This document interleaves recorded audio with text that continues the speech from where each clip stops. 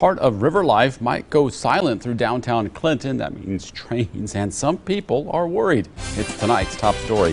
The city unveiled a plan for a quiet zone through the Riverview Park area.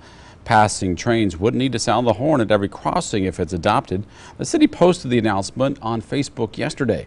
Local 4 Sean Logging reports now several neighbors are concerned it will be more dangerous going in and out of the park without the horn.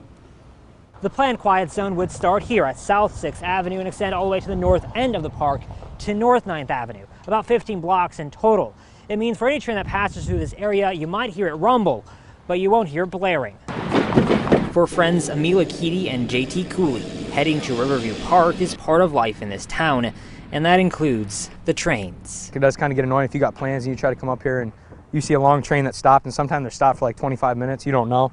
Although it's not so much the traffic, but the noise that city officials want to hush. There's a lot of businesses down here, and like when you're trying to eat or something, you don't want to listen to a train horn blaring in your ear while you're having a conversation with somebody. So whether at a baseball game, concert, or those looking to camp along the Mississippi River, that's why the city says they started looking at what could be done to mute that deafening roar. After a while, you block it out. You don't have any choice. So I think this option will help. And Jim Hill, who serves as host at the RV park, says he's seen this work in other cities.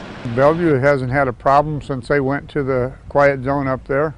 No accidents that I can recall, and I know Morrison went to it. But neighbors say they know work will need to be done to make these crossings safe if the horns go silent.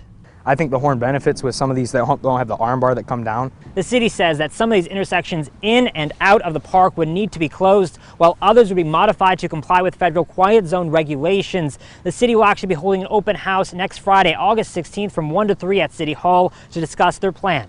In Clinton, Sean Logging, Local 4 News. Local 4 News reached out to the city for comment on this story. We did not get a response yet.